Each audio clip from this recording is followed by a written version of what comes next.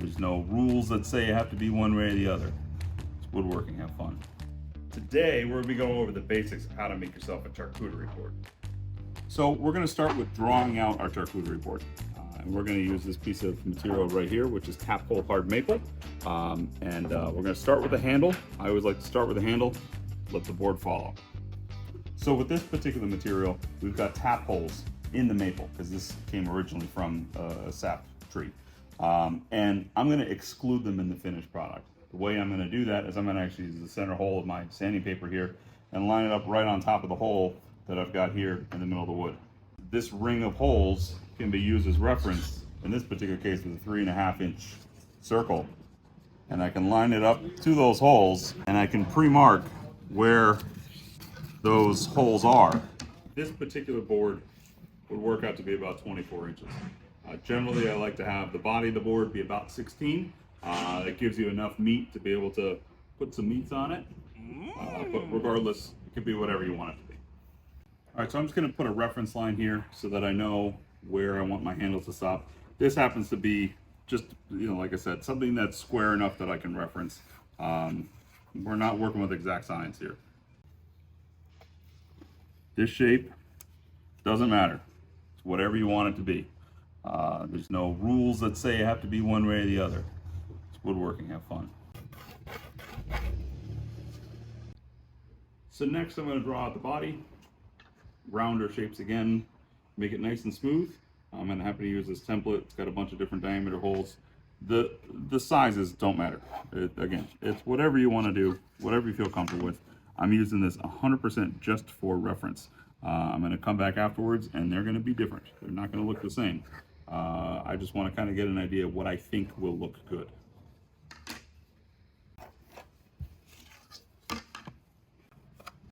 So once you've kind of got your rough guidelines of what you're using, I like to come back through and just kind of fine tune it. Make the lines feel fluid, make them feel like they should connect. Again, nothing set in stone. Radiuses don't have to be perfect. You just want it to look fluid. When you're done, I like to go over with a Sharpie, like I've done here. So next we're going to cut out the line that we drew using this Festool PSC 420. It'll help to get us a nice clean cut all the way around. So normally you would want to pre-drill a hole in order to get the blade of the saw through there. In this particular case, because we've got tap hole maple, I've already got a hole to start. It works out perfect.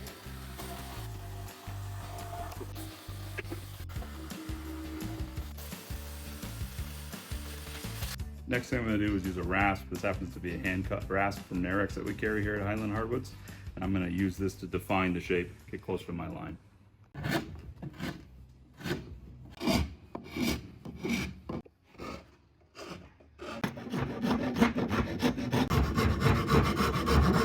so the next thing I'm going to do after we've gotten our main shape here is I'm going to use the router to create a radius edge all the way around to give it a better, smoother feel.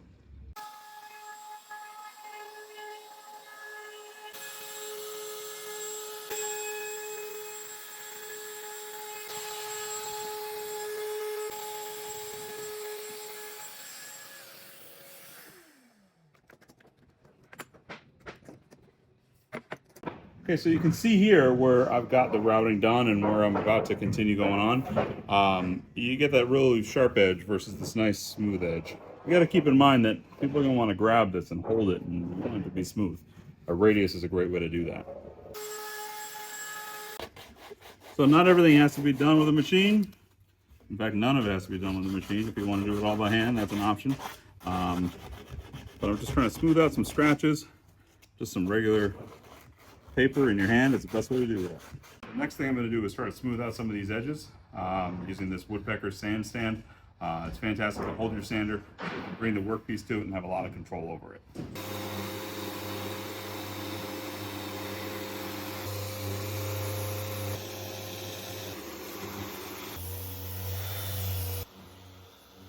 Okay, so I've done some sanding on it. We've got our routed edge. I've sanded the face down to a 60 grit. But some things I want to point out ultimately is that it's not perfect. You don't have a perfectly consistent hole here. You don't have a perfectly consistent outside radius. All of this stuff is just to kind of emphasize the fact that it's a sculpted piece. It's crafted. It's not meant to be something that is machine manufactured. It's meant to look like it's made by hand. The next thing I'm going to be doing is applying a finish. In this particular case, we're using Binuba hard wax oil from Bumbleshoots. It's got the consistency of honey. You kind of want to put on as little as possible and do a couple of coats. See, I'll put a little bit out. Don't need much. This whole thing will do probably this whole side.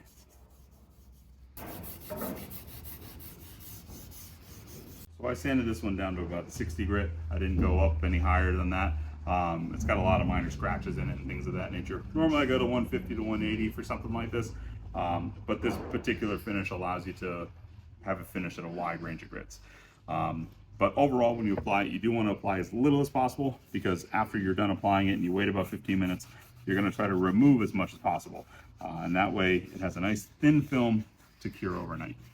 So all the tools that we use in this particular project are ones that you can get at Highland Hardwoods.